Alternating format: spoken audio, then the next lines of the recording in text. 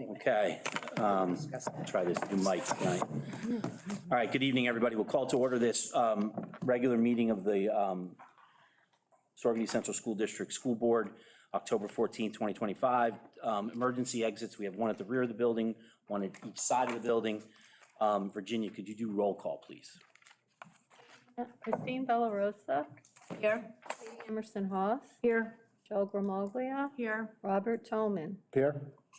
Shakina Irizarry. Here. Carol Kelder. Here. Michael Meyer. Here. Jeffrey Ozzie. Here. Timothy Wells. Here. Adriana Argueta. Here. Pledge of allegiance, please. Pledge allegiance to the flag of the United States of America and to the republic for which it stands, one nation, under God, indivisible, with liberty and justice for all. All right. Dr. Rohrback, you want to read our mission and vision statements? Sure.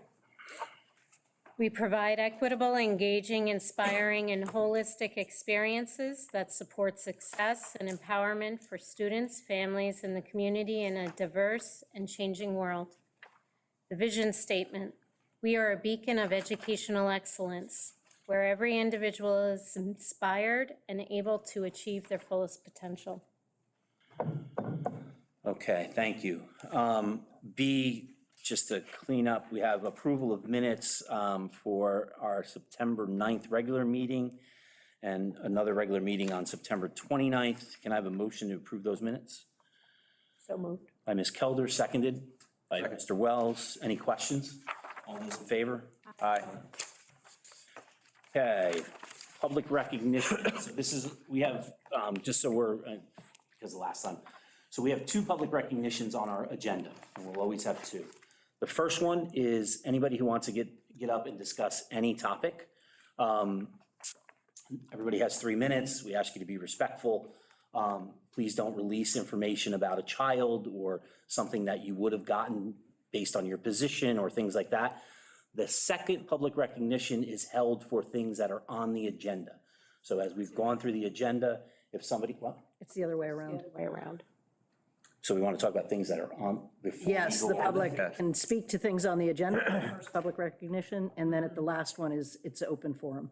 Switch that. I always thought it was the other way around. This way, we're probably going to switch it because that actually doesn't make a lot of sense. That we're going to talk about things before we talk about them on the agenda. Because I always thought it was the thing on the budget, where if we went through the budget thing and then people had things to discuss about the budget, we could do it at the end. But I stand corrected. So, public recognition. First one. Anything that's on the agenda? Nobody. No? Okay. All right. Ms. Argueta, our student representative report.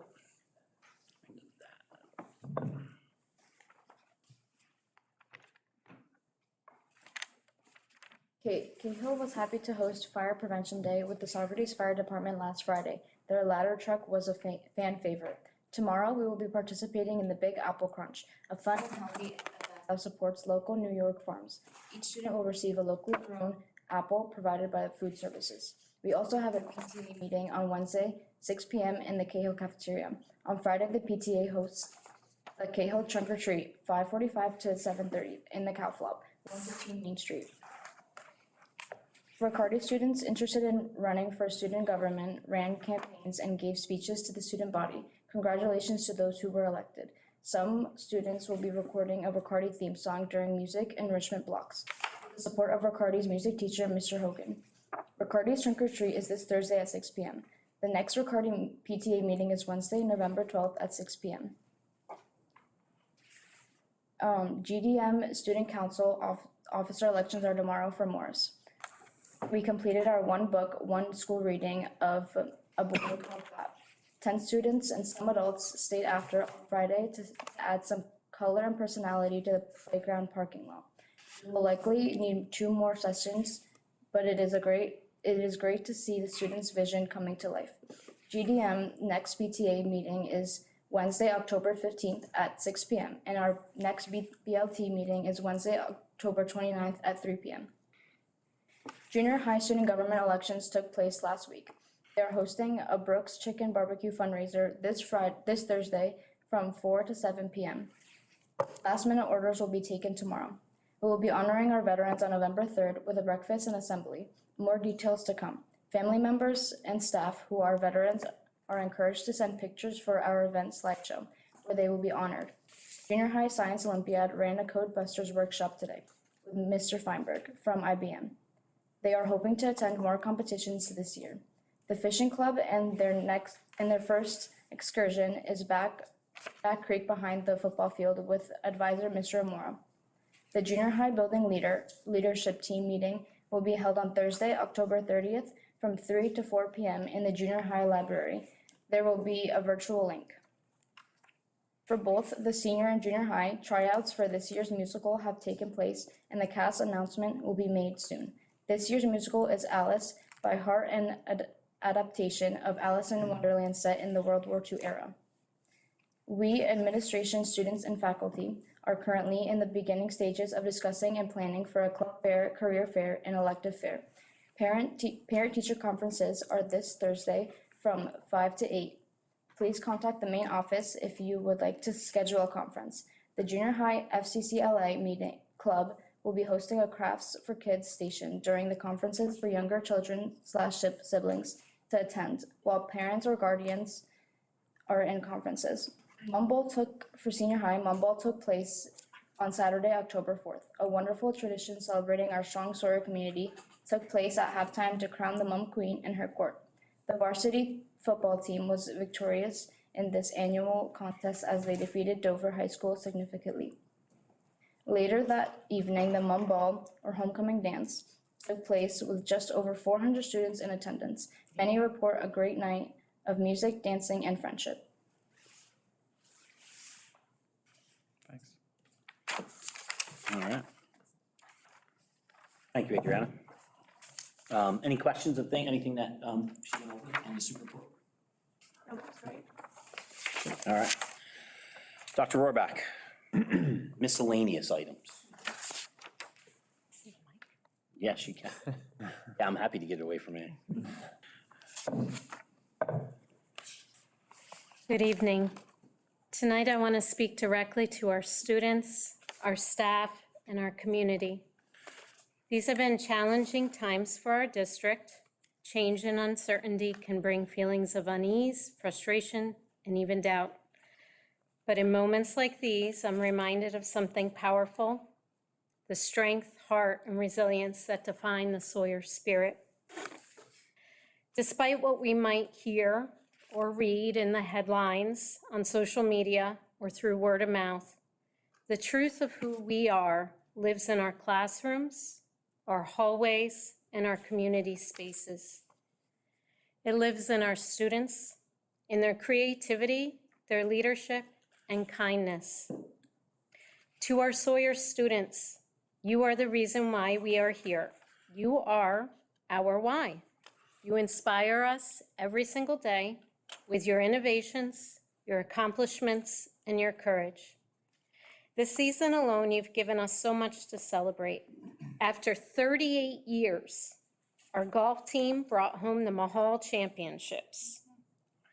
The Mum Bowl, a time-honored tradition that Adriana spoke of, reminds us how much pride and joy that brings us together with a beautiful weekend of connections.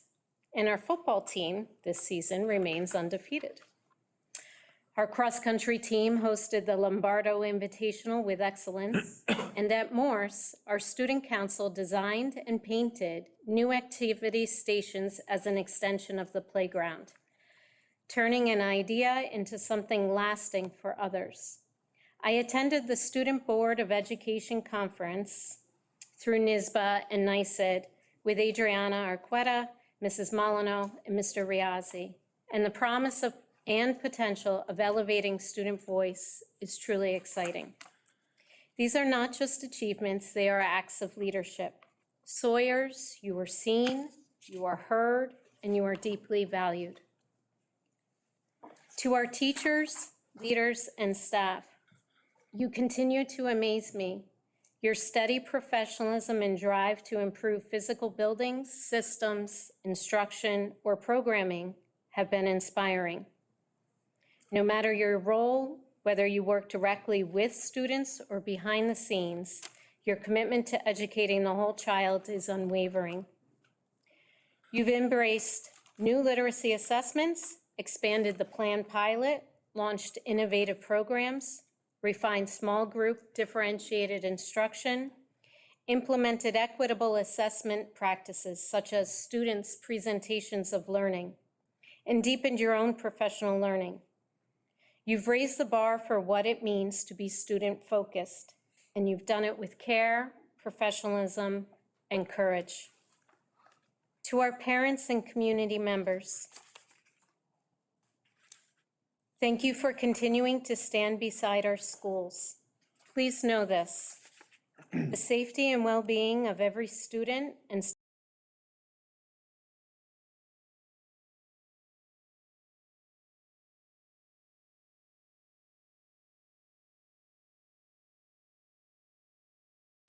building trust is a process and takes time. We are committed to this process. One, we will move through together with honest communication and transparency. And to our entire Sawyer community, students, teachers, staff, families, and community, thank you for your courage, your honesty, and your heart. Sawyer strength prevails in every classroom, every act of kindness, and every decision rooted in care. Together, we will continue to take care of our students, take care of ourselves, and take care of one another, because we are Sawyers. Thank you.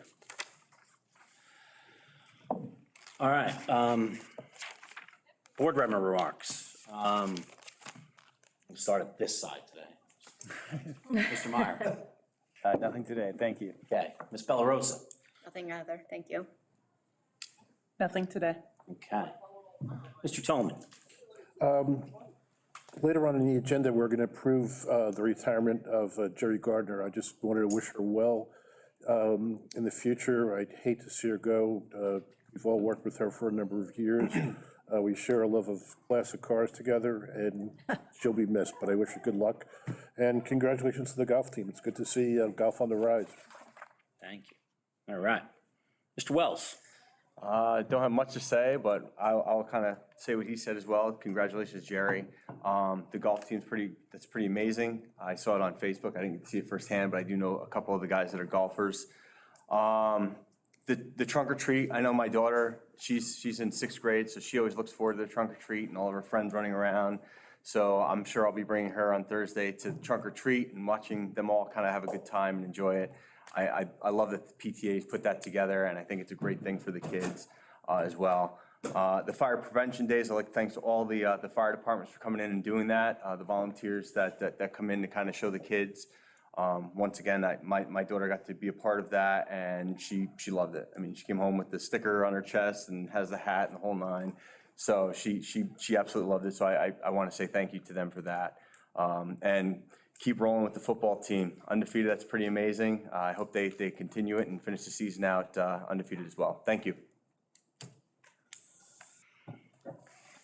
Ms. Grimaldi. Good evening, everyone. I want to thank Dr. G for your comments. I think that they were well-timed and very well thought out and reflect a lot of what I think many of us at this table feel.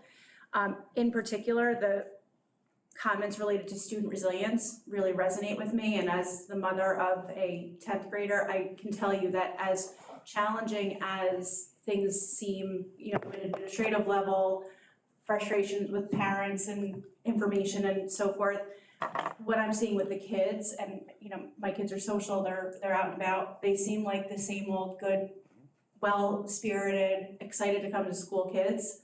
And I think that that's a good reminder to us that kids are resilient, and they are finding a reason to want to come to school. Not every kid wants to go to school every day, I mean, let's face it, but generally, and I really think that the teachers and coaches deserve a lot of credit for that. And so I want to thank everyone for your part in making sure that the children are continuing to feel safe and welcomed. It seems like that's pretty consistently happening. I also want to congratulate the golf team. Congratulations, golf team. And I just want to also commend Katie and Christine for your leadership of the policy and audit committee meetings that we've had since the last board meeting. You're running excellent meetings. And I hope that the public chooses to at least participate on Zoom if they don't choose to come.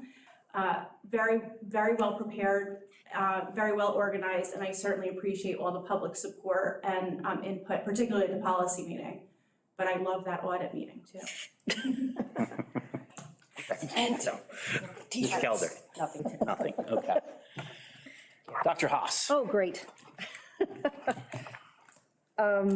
I also want to thank Christine for just providing a good model for minutes and for the meeting, sending out the audit committee meeting minutes, and that prompted me to get on the policy minutes. I want to just, I know we're going to talk about policy a little bit later, but I just want to really, one of the things that was so great about the policy meeting was, I mean, I was prepared, which certainly helps, and, but Kristen Wilhelm, transportation supervisor, really just knocked it out of the park with the information that she brought to the meeting. And so the policy meeting is a place for us to discuss policy. It's not a place for the board to just put policy on the table, say, everybody, yep, good.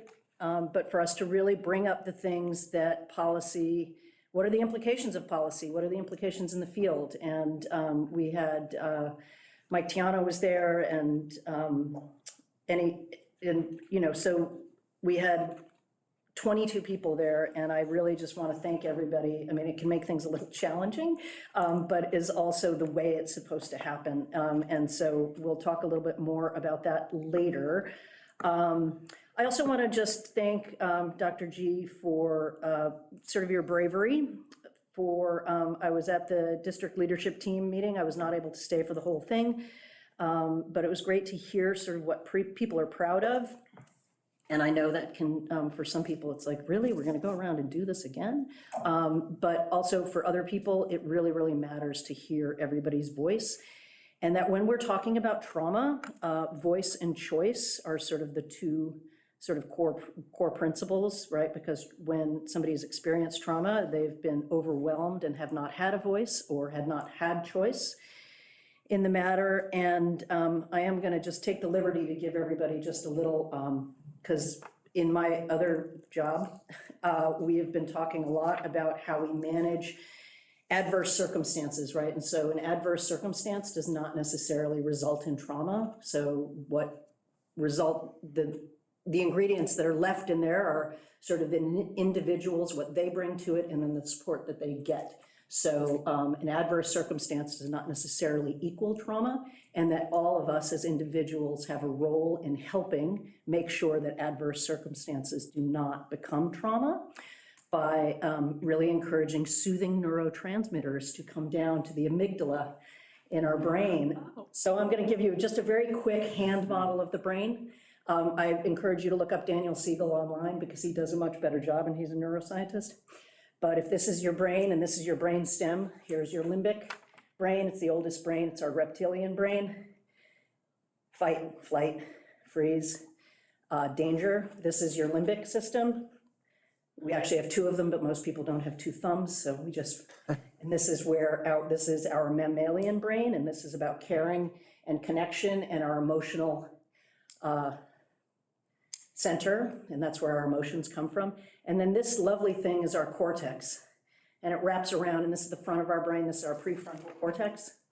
And so when we're upset, or when we're very frightened, or we get overwhelmed, we'll flip our lid, right? And this is a great thing to actually talk to kids about when they're having feelings and about their flipping their lid, because what it does is it activates this part of the brain of symbolic representation, of understanding what's happening when I'm having an emotion, and being able to name that emotion. So the way we do that is by using the language parts of our brain and the symbolic parts of our brain, and it shoots soothing neurotransmitters from here into our amygdala and helps us calm down, right? So we want to name it to tame it, and we want to give people a way to talk about when difficult feelings are happening. And as grown-ups, particularly for babies and infants, we provide that frontal cortex, right, as grown-ups. And so when we have very young children, where this is not really super developed, we're doing that all the time. So being able to provide language talk about the things that we're doing, to, if we have an upsetting event, to be able to come back and repair and make a connection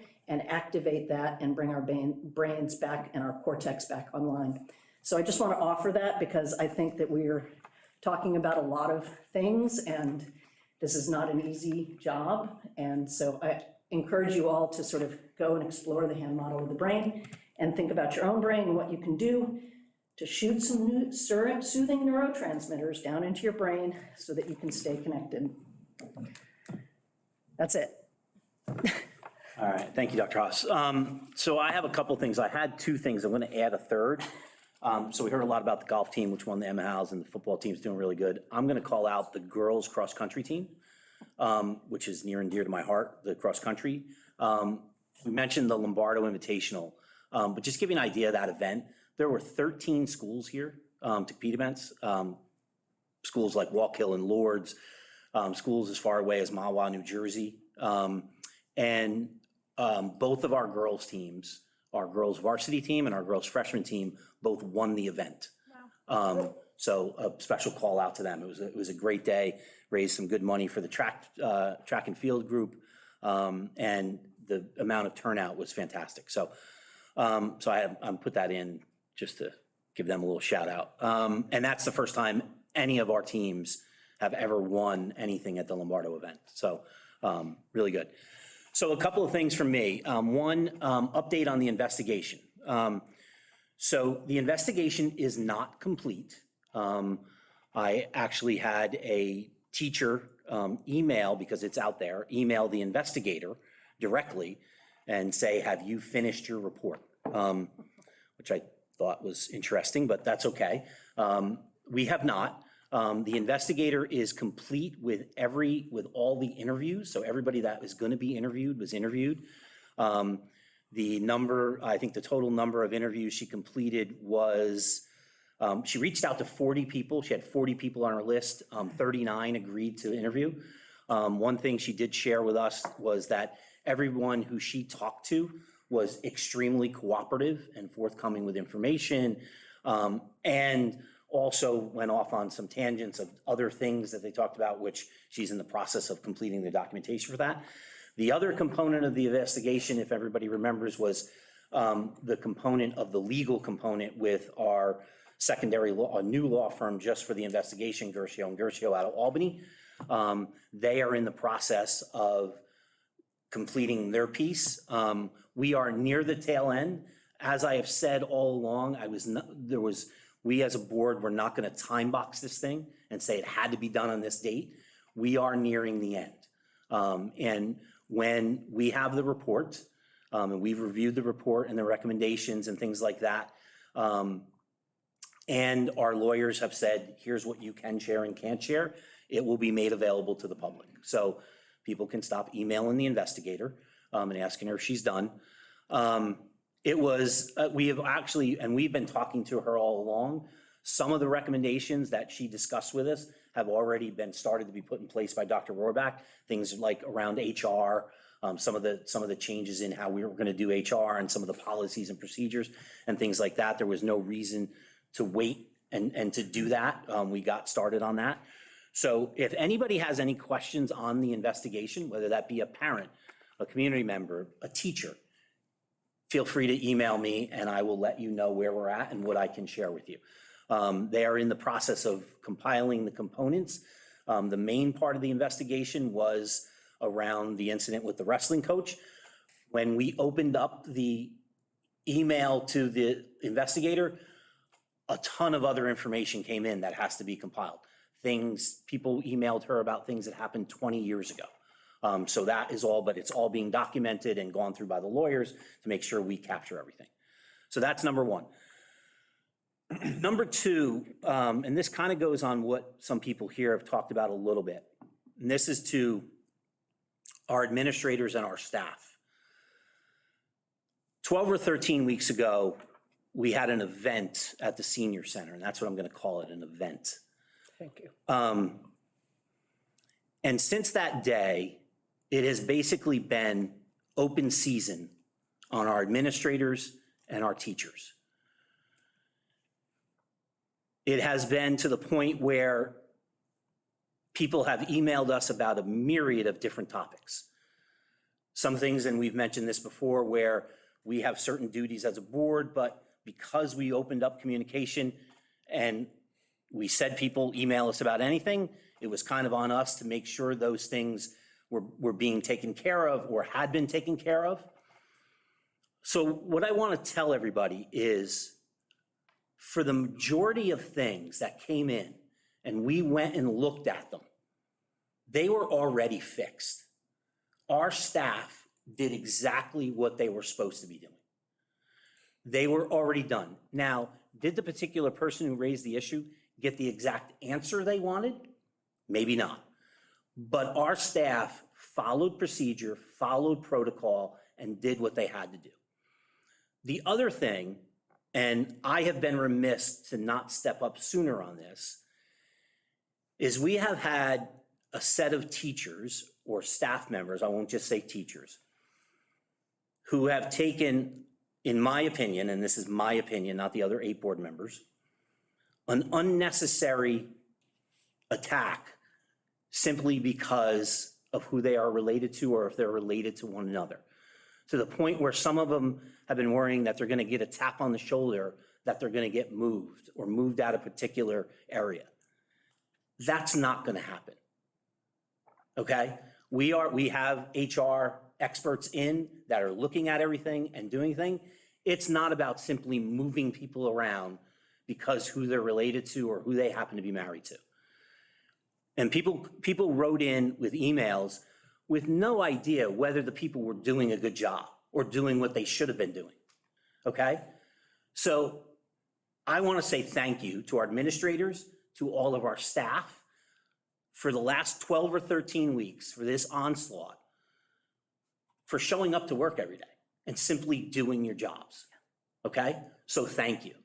And thank you to everybody on that last piece that I mentioned that's had to deal with that, okay? We are going to look at things from an HR perspective. They are going to be procedures, policies. We are not simply going to randomly move people around. That's not what we're here for, okay? So that's the last thing I wanted to say on that. All right? Okay, moving on. Resignations, G. We have resignations, leave of absences, and some appointments in here. I know on one of the appointments, Ms. Kelder, did you get the answer that you were looking for? We're not sure. Okay, all right. So I'm going to do the resignation. So as Mr. Tillman mentioned, this resignation, there's the old saying, these are tough shoes to fill. These shoes are impossible to fill. The amount of institutional knowledge that is leaving with this lady is, right, Virginia? There's a lot of it's falling on her, so. I wish I could have her brain. So I want to thank, as Mr. Tillman did, the years of experience that Jerry has given to us, and even agreed she was supposed to retire on September 30th. I asked her to extend it a month, and because she is who she is, she graciously agreed to go at the end of October. So we have a couple of leaves of absence, and then we have a bunch of appointments in here, a lot of which are just kind of standard things that have to be done. And then CSC recommendations. We have a couple of new coaches. We have a volunteer to the football program, Mr. Meisinger. We have a new varsity boys wrestling coach, Joe DePola. Basketball volunteers, I see Mr. Whalen has showed up to see if we approve him. Thank you, Dan, for stepping up. Okay, so you want to call that one out? We can take that one out. Can we just? Yeah, sure. We're going to double check it, but it's most likely overtime. Okay, What are we speaking about? we're gonna remove D. Did you see it? That it is. It is overtime. It's above. You still take it out, or are you okay? Nope, I'm You're good okay. with it? Okay, Yeah. all right. Can I have a motion to accept G 1, 2, and 3? So moved. By Mr. Toman, seconded by Dr. Haas. He beat you by a minute. Any questions on any of these? I have a question. Yes, go right ahead, Michelle. So it's my working understanding that, again, as one of the steps following or as part of the investigation, we identified that we have an opportunity to tighten up coaching certifications. So can someone just remind me the process for these coaches, and are they complete? Yep, yes. So they are, there is a multi-step process. If you are not a teacher, if you are a phys ed teacher or a teacher, I'm going to point out Mr. Tiano or Mrs. Tiano, they don't have to go through the same level because of their job. But anybody who's coming in from the outside has a set of certifications that they have to go through. That then has to go all to New York State Ed. It's called teach.org, which you get a temporary certification, and then you apply for your actual certification. So we have worked out with Mr. Puglisi and the athletic department that no one will appear on our agenda unless they have all their certifications in line and have been sent to the state. And if you remember, maybe you wouldn't remember, and I'll use this as an example, Mr. DePola for wrestling was actually going to be on our August agenda. He had his certifications, but there was a hiccup in getting them to New York State. Mike pulled him off the agenda and put him on now. Okay, that's the process. Very good question. Require certifications for volunteers also?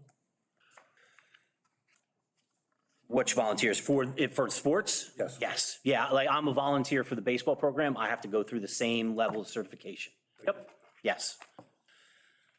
Okay, any more questions? All right, all those in favor? Aye. Aye, all right. We are up to business office recommendations. We have the internal claims audit, we have the tax refund component. Those are the, if people remember those, number 2 there is for when people dispute their tax assessments and they win, their taxes are adjusted and that affects what came in. And then there's a budget transfer on, small budget transfer on here, and then a gift and donation from the Riccardi PTA to use toward playhouses for their playground. All right. So I have a motion to accept H1 through 5 That motion. by Ms. Gramalia, seconded by Ms. Kelder. Any questions on those? All those in favor? Aye. All right. Board action items. As usual, board action items is a myriad of things. We have our normal CSC stuff. We have to appoint Dr. Rohrbach, District Clerk Pro Tem. We have, I think it's important to call it out, we have our softball team on here is going to go to Myrtle Beach for spring break, play some tournaments down there. Hopefully, if they're successful, they can convince Mr. Puglisi to let the baseball team do the same thing at some point, although that's a tough sell. I don't know if there's anything else on here that really.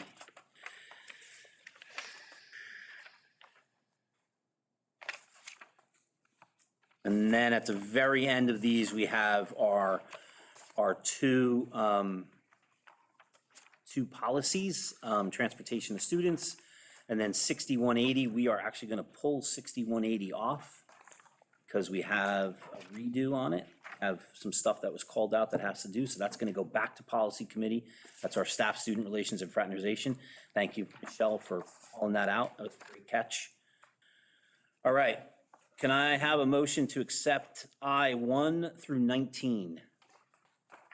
1 through 18, yeah, we're I'm taking 1 through 18. through 18. It's at the end.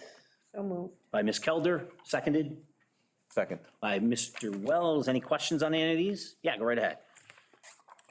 This is probably for Dr. G. So items 6, 7, 8, and it may be for Jamie as well, and 9. It looks like these are all requests for us to approve, basically hiring out third-party contractors to accomplish and achieve some of our supportive services for,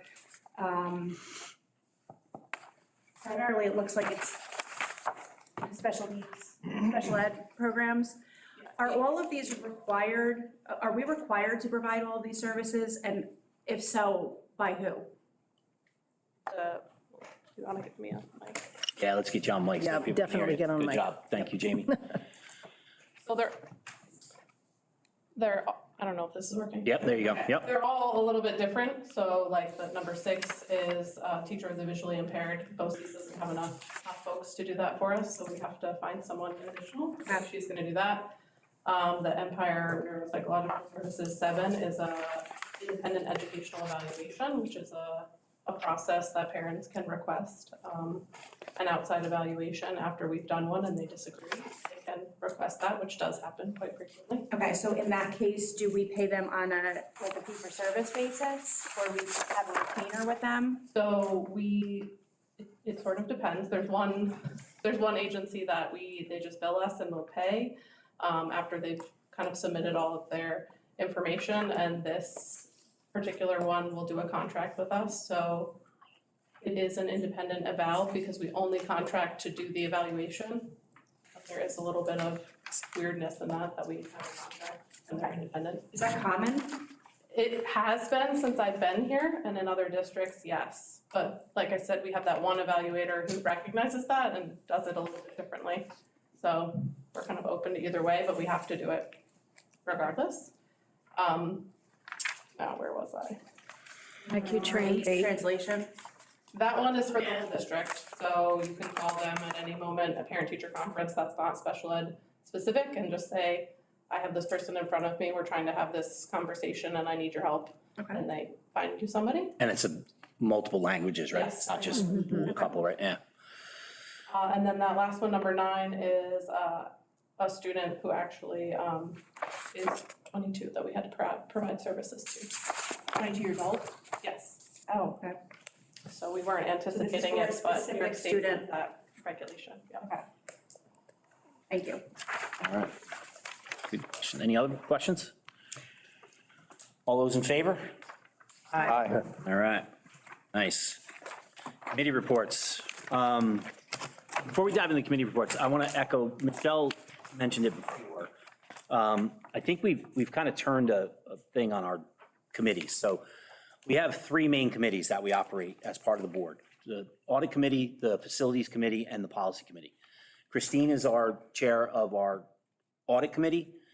Dr. Haas is our policy committee chair, and we're transitioning Michelle to be our facilities chair.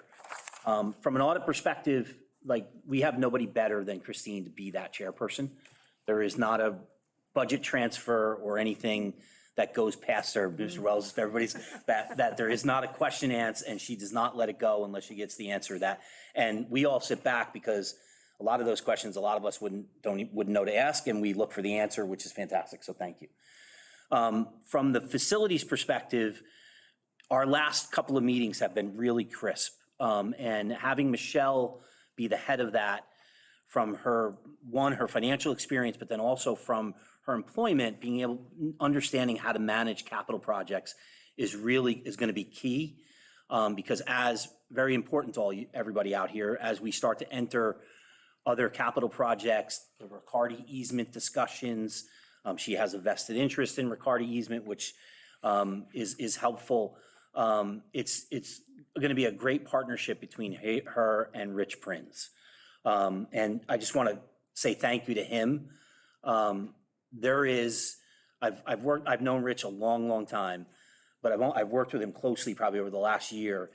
There is nothing that man does not know about our facilities or our custodian areas or our grounds, and he's on top of it.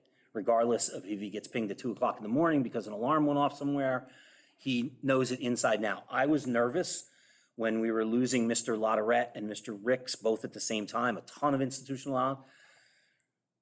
Mr. Prinz has stepped in and does an exceptional job, so I wanted to thank him. And then lastly, on our policy committee, I don't think Michelle and Katie really did it enough. This last policy meeting was exactly what our policy meeting should be. We had, I think the number she said was 22 people, but more importantly was the makeup of the 22 people. We had administrators in the room, we had teachers in the room, we had parents, we had coaches. Mr. Tiano joined us, we had our athletic director there. We had retired teachers. Having somebody like Miss Lizette with 30+ years of experience in the room was invaluable. And there was just a general good discussion about our policies, and we actually got to answers relatively quickly. So thank you for that, and I'll be quiet now. Ms. Bellarosa, our audit committee. So we held our first audit committee of the year. Can you guys hear me? Last Thursday, and we discussed a few different things. We met with our claims auditor, who is someone who works for the board and reviews all non-payroll claims throughout the year. And that's in our business section. Every month, there's a claims auditor's report. And she came to the table with a pretty positive review. She had no denied claims in recent months. She had some last year, but she said there were no denied claims in recent months, and she's building relationships with the new business office staff because there has been some turnover there. She suggests that any new business office personnel take certain trainings, so they're kept up to date on best practices. And Mr. Stager mentioned that BOCES Regional Information Center will be presenting at the October 17th Superintendent's Conference Day, some information from a business perspective. And she also encourages all department heads, administrators to be mindful of policies and procedures regarding expenditures prior to making purchases. So that makes her job easier, so she's not having to deny claims. Then next, we met with our internal auditor, Michael Wolf. Every year, it's a requirement that an internal auditor,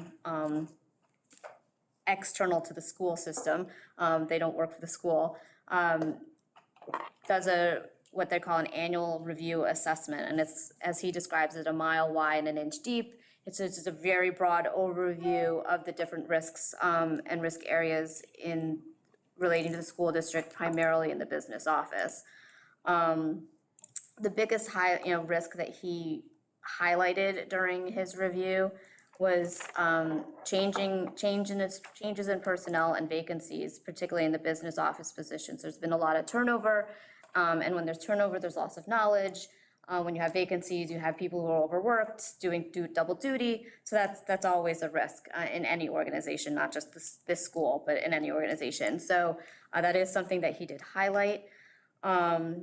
Through his review, there were a couple recommendations that may require corrective actions, which the business office will work on preparing. But specifically, he mentioned about cross-training, a backup for the payroll clerk, and reviewing professional services contracts, best practices to do that every 5 to 7 years. In his review, he looked at our physicians contract, and that was last updated in 2007, or gone out for bid in 2017-18, so it's been a while. So just best practice to look at the professional services that the school offers or contracts with, and review those every 5 to 7 years. Also, extra classrooms is always an issue with all schools and everywhere, because you have students working on things, and there's different clubs, and there's just a lot of people involved. And one thing he mentioned was to ensure that there's a consistencies between the junior high and senior high clubs, and there's just more consistency in processes. The external audit, we're still, at the time, we were awaiting the draft financial statements for review, so we hadn't met with the external auditor yet. They did send a draft on Friday, which I think has been reviewed internally, and I reviewed it as well, and there's some still outstanding questions. So it was too soon to put on the agenda for any real discussion. So hopefully that will be for our November meeting. Part of the audit committee responsibilities to review our audit committee charter on an annual basis, and that was on the agenda tonight for approval. There are really no changes in it this year. And then the one thing I did want to highlight was I think it was April, May, we engaged the school aid specialist to look at the state aid calculations and the state aid that we received, to see if there was any money kind of left on the table, so to speak. And in their review, we're estimated to recover $200,000 and from certain way systems were speaking to one another, and the way some information was filed with the state, that we're actually going to be able to get $100,000 extra in state aid. Hopefully in the, I think it's to come in the December payment. The school aid specialist gets 15% on a one-time basis of any recoveries that they were able to find. So net, the district will receive $170,000. And finally, the state comptroller audit, they came in to review some areas in summer of 2024. There hasn't really been any movement on that. I think there were some meetings late last year, but they've had no formal meeting or findings or formal exit interview for that. So that's still sort of open, if you will. And that's pretty much everything. All right. Thank you, Christine. I think one thing the good to mention is you mentioned the extra classroom money. And you know why that's a big deal, right? It's all our clubs. So it's everything from a sports team to the French club to everything. And at any given time, you're talking about over $500,000. Has to be accounted for and tracked correctly. So we're not talking about small amounts of money here. So that's why, from an audit perspective, that gets rightfully so, a very close lens on what's happening and making sure the people are being trained correctly on that. I think at one point last year it hit like almost $750,000. So it's a pretty big fund in there that is just sitting there. So. Can I just add something? Yeah. This was interesting to me, and as everybody knows, I'm still learning here. So I didn't understand the process by which these critical vacancies that we have that were highlighted, how they get filled. And so I asked the question because it's concerning to me. Some of these are in HR, payroll, some other places. And it may be interesting for you all to know that it's not a simple hiring process. The positions are all posted, but they actually all come off the civil service list. Actually, most of them, I don't know if every single one, but the ones we were talking about have to come off of the civil service list. And so anybody that's on a particular civil service list that qualifies for that particular position, they may not actually necessarily qualify for the position, but they qualify to be on the list. So the business office has to go through, or whoever's hiring has to go through every single person on the civil service list. I think in order is the way it was explained, some kind of order. And each person has to be basically given the opportunity to, respond for an interview, either come to an interview or ghost us, which happens all the time. And it's only after every person that's on that civil service list that's attached to that position or for that position, can the district potentially go out to the public to post for these positions. So there's absolutely no efficiency in hiring for these positions. And that was shocking to me. I'm learning there's not a lot of efficiency with a lot of things related to school board and education, but a lot of this is not within the control of the district from what I understand. And this was new to me about the civil service positions. And I appreciate that we had the opportunity to discuss that. And I think the more we can educate the public on that and that the efforts are being made, but it's just not that simple. In those cases, if we were to go to the public, the person would then have to get certified if it's a civil service position, is the way I understood it described, because they then have to they have to take the civil service test and pass. So it's quite complicated. You have to score in the top. To me, I walked away with thinking it wasn't for lack of trying, I guess is what I would, did you conclude the same? Yeah. Yeah. Don't turn your mic off. Facilities. Oh. Any updates on facilities? Your turn. You got it. You're on a roll. I used up all my words already. I also wanted to very much thank Rich Prinz. I think it's going to be a very good working relationship. I look forward to continuing this. There's going to be a lot of stuff coming. We're going to have a major new capital project coming on the horizon in the next couple of years. And to Jeff's point, one of my primary goals is to really try to be a conduit for to help educate the district on the way that the budget cycle works, the different steps in the process, where state ed requires us to go with these things, what things are within the control of the board and the district, what things are not. And I'm hoping to do it in a way that is intelligible for people that maybe aren't necessarily financially savvy. And, because I want us to get to the next capital project budget vote, and I want us to pass it the first time. And I think that that's gonna rest on education, so I'm happy to be there, and Rich is doing a fantastic job. Policy committee. I mean, I know we talked. Nothing going on here. Nothing going on there. Nothing going on here. Yeah, so we had the policies that were on the agenda for tonight. And so the transportation policy that was approved, a question was sent to me right before this meeting, and this was actually not a change in that policy. But we, I think, need to look at it again and get a little language, because it does say in the policy that personal cars of teachers and staff shall not be used to transport students except in the event of extenuating circumstances and authorized by the administration. And so I had a question, does that count for teachers driving their own kids and other children who are also students? So we just need to provide a little more detail in there. Again, this was already in our existing policy. This does not represent a change to the transportation policy. So we discussed the transportation policy, and we will discuss it again. And I bring that up because I just want people to know that we've approved a policy. It's in our books. That does not mean that that's there forever until the end of time. We can revisit it and change it as we need it, because, right, the policy is sort of the intersection between the law and what happens in the district.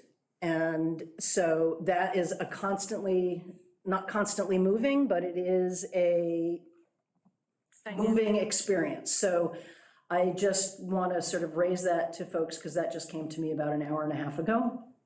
So that was the policy. Also, students, our new policy reads, students in kindergarten will only be released to an adult 18 years or older at a bus stop. We did discuss at the policy committee how there are children who are met by siblings at the bus stop who may not be 18, or they may be getting off the bus with siblings. And again, this is kindergartners, not just elementary school students. But it was also raised that our transportation, our bus companies require that kindergartners be released to 18-year-old or older. So our policy reads that. Again, how the policy actually manifests in the field, right? We need to stay in conversation with all of you who are taking kids and getting kids home, and seeing how that's working and what we need to change and make sure that kids are safe and sound. The other policy that is much discussed and was on the agenda for tonight, and that we will discuss again, is the fraternization policy. I just wanted to highlight some of the changes that we had a fraternization policy on the books. This is an effort to make it clearer. We added definitions for staff and student. We added a sort of paragraph really saying what is fraternization. Made it clear that inappropriate employee behavior includes all of these things, including frequent personal communication with a student unrelated to coursework or official school matters, which includes voice or text-based communication via phone, email, instant messaging, text messaging, gaming, or through social networking websites. It is not appropriate, if you are a teacher, to be interacting with students in that way. And that communication with students, and this was a lot of discussion over the summer, the policy committee meetings over the summer, in discussion with athletics, because we know it has a huge impact on athletics and, other after-school, school-related events, plays and all sorts of things. All school-related communication, academic, sports clubs, et cetera, between staff and students must be done through district-sanctioned platforms as determined by the superintendent or their designee. May not happen through other means, including but not limited to text messages, personal email accounts, online video game platforms, or personal social media accounts. If a student reaches out to a staff member on a school-related issue via a non-school sanctioned platform, the employee will refer the student to communicate instead over a district-sanctioned platform. Employees, we are a small community, right? And there are families and school-related things, and it can be hard to disentangle those things. This is not language in the policy, but this paragraph is. Employees who have personal connections outside of school with a student's parent or the student themselves, for example, family, friends, coaches of non-school sponsored teams, right? So there's also that whole intersection, should be mindful of the boundaries set forth in this policy and maintain school-related communications on district-sanctioned platforms. Staff who violate these rules shall be subject to discipline up to and including discharge.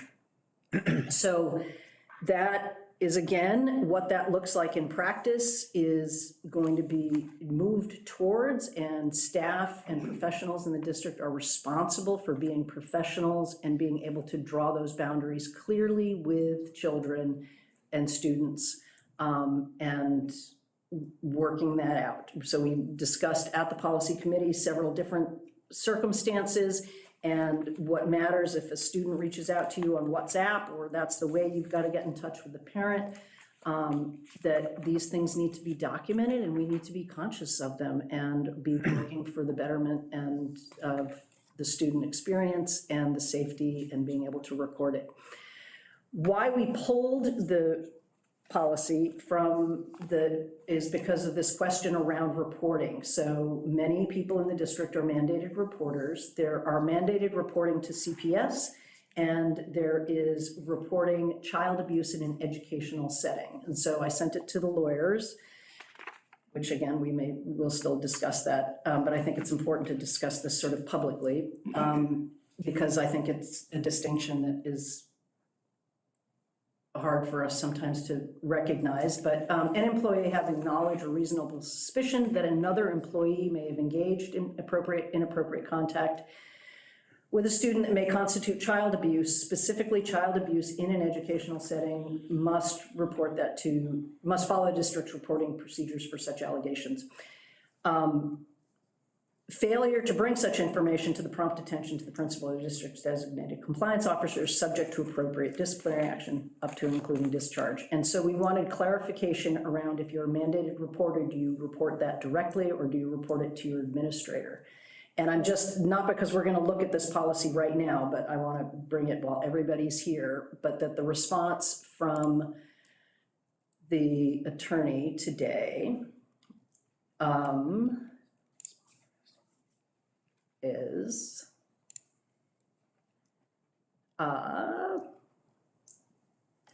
inappropriate interactions between employees and students would be child abuse in an educational setting, which is different than abuse by a child's parent or guardian. That report is made to the building administrator who completes the child abuse in an educational setting reporting form. That is not a choice of the district. That form is required by state law to be completed. The administrator makes a determination as to whether there is reasonable suspicion of child abuse and informs the superintendent. Only if there is reasonable suspicion would that be reported to law enforcement. And that information is in the law that I'd sent her. Mandated reporting to CPS is for cases of suspected child abuse or maltreatment by a parent or guardian. So I just bring that up so that we can all sort of understand what those distinctions are, and so that when we bring the policy back, that we have that language entirely clear. A long report from the policy committee, but that is what we discussed. Okay, public recognition. This is whatever the first one wasn't, so I don't get yelled at again. Go right ahead. Might be too much for you. No. I'll do my best. My name is Greg. Turn the mic on. Just make sure your mic's on so online can hear you. Yeah, Talk to it closely. right on top, there should be a button. Oh, no, it's one of the no, new it's on. mics. There you It's go. on. It's It's on. on. Just pull it a little closer to you, that's all. Thank you. Greg Stewart. So in the police world, if you're going to conduct a search of a person or a building, you have to raise to the level of probable cause. And when doing that, there is some exceptions to that search if it's exigent circumstances subject to arrest, or evidence can be destroyed easily. Which then you must get a search warrant from a judge, and then your search must stay inside of what that search warrant states. In the 80s, the Supreme Court made some adjustments to that, so where the general public does not have to reach probable cause. They can go to reasonable suspicion, which you've been using. And that applies to schools as well. So in the school system, it's my understanding, well, I know for sure, that during the mum ball, that a teacher was coercing students into blowing into some sort of a breath device, which technically is a violation of the Fourth Amendment protection because they were coerced to do it. Now, I wasn't made aware that you guys are going to be using this device. I don't think any parents were, for that fact. And you must meet reasonable suspicion to do that. So 400 children were there. What was the reasonable suspicion that you had to put that in everybody's face and tell them that they cannot go in the building if they don't blow them? Also, are you aware of how many false positives that device gave? Lots. I have pictures and videos. Was that device calibrated? Was the person that was wandering it around trained? All this stuff is something you guys should look into because what happened that night was a violation of their protections. So I don't know who bought it, I don't know who used it, I don't know whose idea it was. I know it's not in the policy. I've scoured the policy to look and see if you guys had put something in place to say that you're gonna be utilizing a breath sampling device. I have pictures of it if you haven't seen it, but it's an odd device. And all the false positives were sort of laughed off by the person administrating it and telling them to keep blowing until they got a satisfactory light, which was great. So, and half the children that were having this done to them, obviously lots of videos were going on, looked scared to death because they have this thing shoved in their face and told blowing it, you have to blow it, do it, blow it. Now, as a child, what's the first thing you're gonna do when a teacher tells you to do something? You're gonna do it. These people don't know, these kids don't know what they're giving up by letting this happen. Their rights are being violated simply because of what? The low-hanging fruit of alcohol? Where was the marijuana meter? Where was that? Are your staff members not trained to smell alcohol? Where they can go to the individual student? Do they not know the signs of impairment? All I'm saying is you guys have been self-inflicting a lot of stuff. This may be another one. So I would suggest you use caution, maybe have a discussion on it. That's all. Okay, Thank you. thank you. Thank you.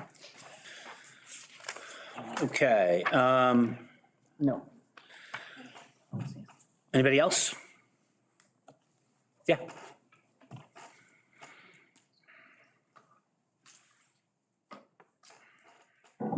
Good evening, everyone. And Mr. Azari and Mr. Razzi, I know you've been on my board meetings. I heard you clear 3 minutes. Just state your name for the people online so they know. I'm Executive Director of the Boys and Girls Clubs of Ulster County. I just wanted to take a second. I understand all of this board has been going through the time, energy, and effort for the last couple months, and appreciate and respect all of it. Just wanted to give, I would feel bad if I didn't give a community leader perspective on the impact that this organization and the school district has had. In 2020, when COVID hit, under the leadership of Superintendent Reinhardt and Dan Ersinek, I was reached out to about concerns about food, education, and such, and we led a charge. It was a well-thought-out plan with town supervisors and a lot of people around the area. Through then, we worked through virtual schooling. There was a lot of lefts and rights. I was thoroughly impressed with the leadership.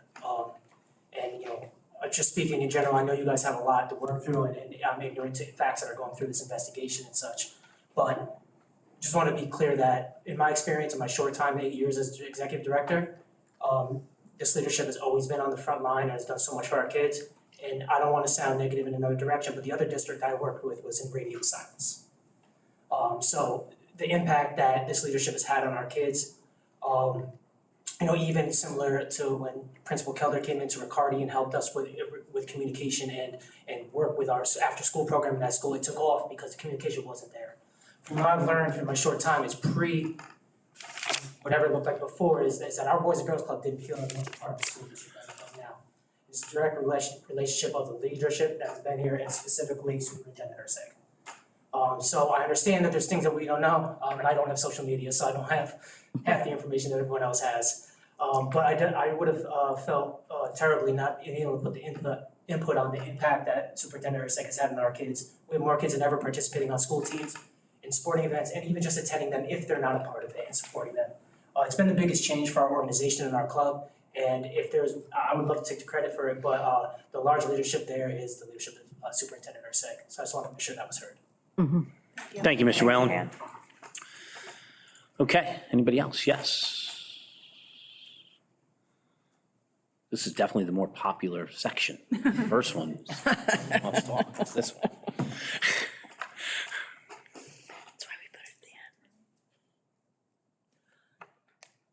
Good evening, my name is Andrea Viviani. Good evening, members of the board, administrators, families, and community members. I'd like to take a moment tonight to speak about the true foundation of our district, our teachers. I'll echo much of what some have already said. However, I find it necessary to shine a light on these individuals, especially in the midst of all of the darkness as of late, whether it be in day-to-day conversation or on social media. The things that I've seen on social media, quite frankly, have frightened me. The lack of knowledge that is being spewed by people sitting behind a keyboard. The teachers, administrators, and staff of the Saugerties Central School District are the heart and soul of our schools. They are the ones who greet our children each morning with warmth, who spark curiosity and confidence, and who help shape not just what our students know, but who they become. Teaching is more than a profession, it is a calling. It requires patience, empathy, creativity, and an unwavering belief in every child's potential. And yes, I'm a little biased as a 20-year veteran teacher, but I'm also a mother of 3 in the Saugerties Central School District. Our teachers dedicate countless hours beyond the school day, preparing lessons, grading papers, reaching out to families, and finding ways to connect with each student. They do this while managing their own lives and families, often sacrificing personal time to ensure that our children have every possible opportunity to learn and grow. That level of devotion deserves our deep appreciation and respect. What's more, the impact of our teachers, administrators, and staff extends far beyond the classroom walls. They show up at games, concerts, plays, and community events, cheering on their students, offering encouragement, and reminding them that they are valued, not just as learners, but as people. This kind of support builds confidence, belonging, and trust that lasts well beyond graduation day. As with any large and diverse organization, there are moments that test us, moments that remind us how complex and human this work truly is. But when we step back and look at the whole picture, one truth stands out clearly. The vast majority of our teachers are doing extraordinary work every single day. They are uplifting students, guiding them through challenges, and creating classrooms that are safe, inclusive, and full of possibility. When you walk into a Saugerties classroom, you see commitment in action. You see teachers arriving early, staying late, mentoring, listening, and leading with heart. You see students who feel seen and supported, and you see the lasting impact that great teaching has, not only on individual children, but on families and our entire community. Please celebrate all of our educators, no matter their role, recognize their professionalism, their compassion, and the countless unseen hours they give in service of something greater than themselves. To our teachers specifically, thank you. Thank you for believing in our students, for giving so much of yourselves, and for reminding us that education at its best is built on trust, care, and love for learning. I encourage our community members to remember that old proverb, those who live in glass houses should not throw stones. Thank you. Thank you, Ms. Viviani. Thank you. Anyone else? No? Okay. All right, a motion to recess into executive session. We have a couple of disciplinary issues and a contract discussion. And just by the way, when we reconvene to open session, we will not be voting on anything, just for the public's. So, I'll make the motion. by Ms. Gramalia, seconded by Ms. Kelder. Any questions? All those in favor? Aye. Thank you, everybody. Appreciate it. Thank you.